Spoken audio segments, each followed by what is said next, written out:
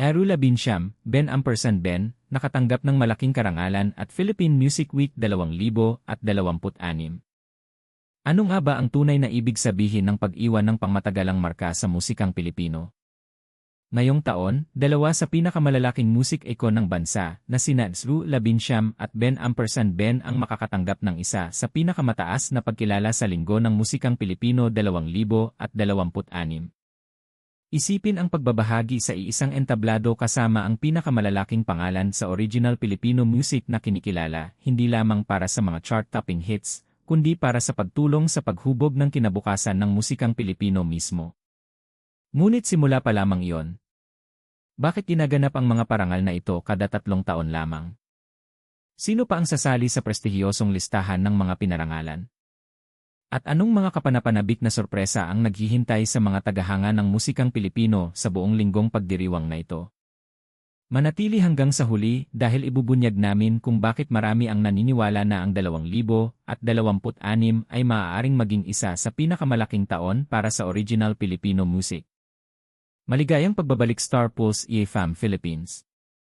Ian Bene Filipino Music Week. Tuwing huling linggo ng Hulyo, ipinagdiriwang ng Pilipinas ang Linggo ng Musikang Pilipino, isang pambansang kaganapan na pinangungunahan ng Pambansang Komisyon para sa Kultura at Sining o NEA. Ang tema ngayong taon ay musika at ang ating mga himig, tradisyon, industriya at bagong mga tinig.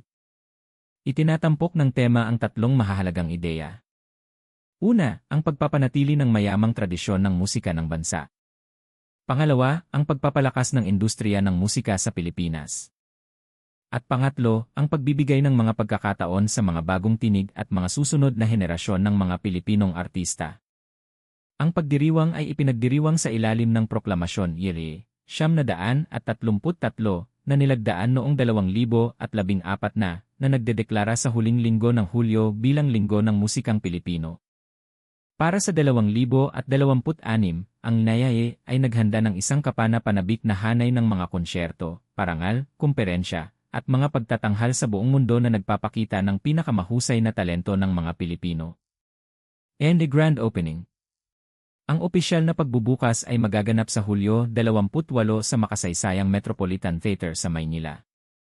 Tampok sa pambungad na konsyerto ang kahanga-hangang kombinasyon ng mga performer na may mataas na kalidad sa buong mundo kabilang ang Ihnesto Singers, ang Ihnesto Symphony Orchestra, Mandaluyong Children's Choir, Philbanda, Charina Balmores, An Alvarez, Ruben Laurent, Robert Senya, Rachel Gerodias, at Star Escalante.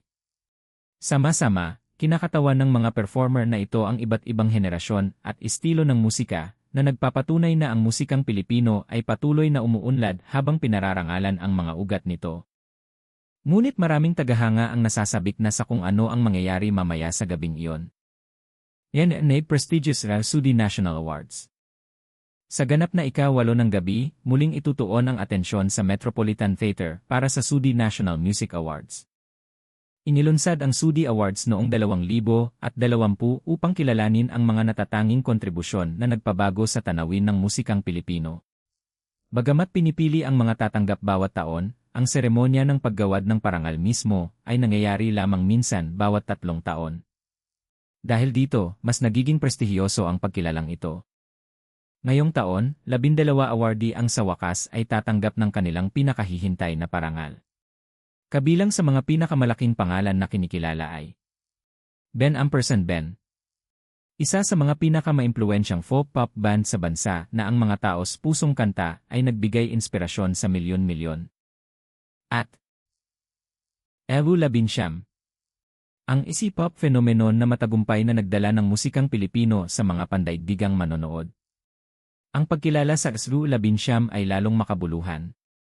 Sa nakalipas na ilang taon, sinira nila ang mga internasyonal na record, nag-sold out ng mga konsyerto sa buong mundo, at ipinakilala ang hindi mabilang na internasyonal na tagahanga sa musikang Pilipino. Samantala, ang Ben ampersand Ben ay patuloy na gumagawa ng mga chart-topping hits habang kinakatawan ang emosyonal na pagkukwento na kilala ang iyan.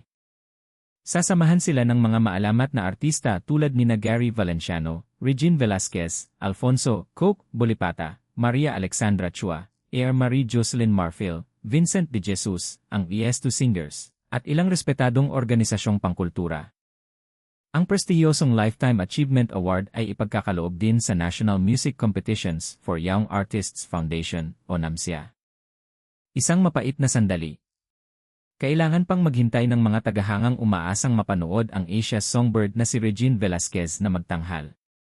Kasalukuyan siyang nasa Australia at hindi makakadalo sa seremonya. Gayunpaman, inaasahang magbibigay ng mga espesyal na pagtatanghal ang ilang mga awardee sa kaganapan. Higit as early konsyerto lamang. Ang Filipino Music Week ay hindi lamang tungkol sa libangan. Ipinapakilala ngayong taon ang isang bagong bagay. Talakayan sa musika. Sa unang pagkakataon, magtitipon ang mga musikero, edukador, iskolar, manggagawa sa kultura, at mahilig sa musika upang talakayin ang kinabukasan ng musikang Pilipino. Tatalakayin sa komperensya ang mahahalagang paksa tulad ng paano mapangalagaan ang pamana ng musikang Pilipino? Paano mapapabuti ang edukasyon sa musika? Paano mapoprotektahan ng dokumentasyon ang ating pagkakakilanlang pamusika?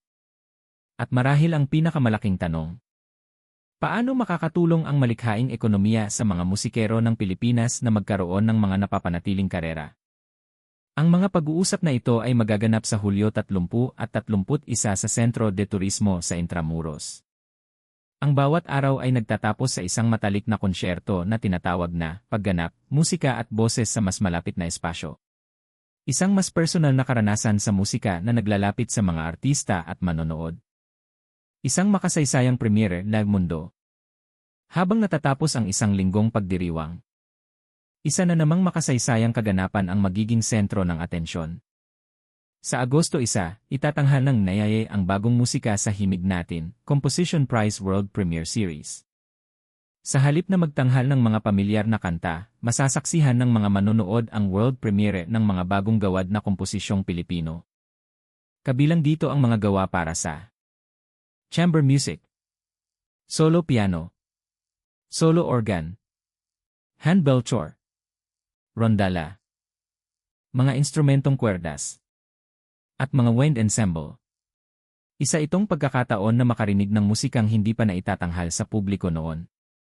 Para sa maraming kompositor, maaaring ito ang maging simula ng mga obra maestra ng musika na kinikilala sa buong mundo. Kampanya ng IADNA Pinoy Coded D. Hindi natatapos ang pagdiriwang sa NAIA. Ipinagdiriwang din ng Organization of Filipino Singers, OES, ang Filipino Music Week na may temang Pinoy Coded. Ayon kay IAS President Ogie Alcacid, ang kampanya ay naglalayong kumonekta sa mga nakababatang manonood habang nananatiling maipagmamalaki ang pagkakakilanlang Pilipino. Gaya ng paliwanag ni Ogie, ang musika ay sumasalamin sa ating mga kwento, sa ating kultura, sa ating mga ibinahaging karanasan, at sa ating pagkakakilanlan bilang mga Pilipino. Kinikilala rin ng kampanya hindi lamang ang mga mang-awit, kundi pati na rin ang mga manunulat ng kanta, mga producer, mga tagapag-ayos, mga nagsasanay ng musika, at lahat ng nagtatrabaho sa likod ng mga eksena. LA Concerto ay buong bansa. Sa halip na tumuon lamang sa Metro Manila, ang pagdiriwang ngayong taon ay lalawak sa buong bansa. Ang pagbabalik ng Spotlight ay nagdadala ng mga pagtatanghal na tumatagal ng isang buwan sa ilang mga lugar kabilang ang Quezon City, Makati, Marikina, Populasyon, Palawan, Baguio, at Iloilo. Samantala, ang Power Plant Mall ay nagho-host ng Rockwell Series. Tampok ang 11 mahuhusay na solo artist na magtatanghal ng mga acoustic na bersyon ng mga paborito ng IE at mga orihinal na kanta. Makakatanggap din ng pagkakataon ang mga baguhang musikero na magningning sa IE Open Mic Night sa Hulyo 20. Maaaring itanghal ng mga umuusbong na artista ang kanilang mga orihinal na komposisyon sa harap ng mga kapwa mahilig sa musika. Mas maganda pa, ang mga nalikom ay makakatulong sa pagpupondo ng mga programa ng IE sa hinaharap na sumusuporta sa mga musikero ng Pilipino. Tinatanaw ng NAIA Vane hinaharap. Sa nakaraang araw ng pasasalamat ng NAIA na ginanap sa Intramuros, Pinasalamatan ni Eric Zerudo, tagapangulo ng NIAE, ang maraming kasosyo ng ahensya sa pagtulong sa pagdiriwang ng sining at kultura ng Pilipinas sa buong taon. Hayagan niyang inamin na ang unang kalahati ng 2026 ay nagdulot ng mga hamon sa pananalapi. Ang pagtaas ng mga gasto sa gasolina, ang mga pandaigdigang kawalan ng katiyakan, at ang mga pagsasaayos sa budget ng gobyerno ay nakaapekto sa maraming aktibidad sa kultura. Sa kabila ng mga balakid na ito, nagpatuloy ang mga pagdiriwang. Binigyang diin ni AC Zerudo ang isang mensahe na alam ng maraming Pilipino. Kahit limitado ang mga mapagkukunan, ang mga Pilipino ay laging nakakahanap ng mga dahilan upang magdiwang. Sa pagtingin sa hinaharap, ang ikalawang kalahati ng 2026 ay nangangako ng mas malalaking kaganapan sa kultura. Ang Agosto ay nagdadala ng buwan ng wika at kasaysayan. Ipinagdiriwang ng Setyembre ang buwan ng malikhaing industriya, kabilang ang buwan ng industriya ng pelikulang Pilipino. Itinatampok ng Oktubre ang buwan ng mga katutubo at buwan ng mga museo at galerya. Umaasa ang NIAE na sa patuloy na kooperasyon sa mga ahensya ng gobyerno, mga artista, at mga komunidad. Ang kulturang Pilipino ay patuloy na uunlad sa loob ng maraming henerasyon. Ang pagkilala kina Agu Labinsiam, Ben, Gary Valenciano, Regine Velasquez, at iba pang natatanging artista ay nagpapaalala sa atin na ang musikang Pilipino ay patuloy na nakakakuha ng respeto hindi lamang sa ating bansa kundi sa buong mundo. Habang lumilitaw ang mga bagong artista at patuloy na nagbibigay inspirasyon ang mga maalamat na performer sa mga susunod na henerasyon, patuloy na lumalakas ang original Filipino music. Ngayon, nais naming marinig mula sa inyo. Sino bang artista ang karapat-dapat kilalanin para sa kanilang kontribusyon sa IF? Sila ba ay Agu Labinsiam, Ben, Gary Valenciano, Regine Velasquez, o iba pa? Ibahagi ang inyong mga saloobin sa mga komento sa ibaba. Kung nagustuhan niyo ang update na ito, huwag kalimutang mag-like, subscribe, at on ang notification bell para hindi niyo makaligtaan ang mga pinakabagong balita sa entertainment, mga updates sa celebrity, at mga nakaka-inspire na kwento mula sa mundo ng musikang Pilipino.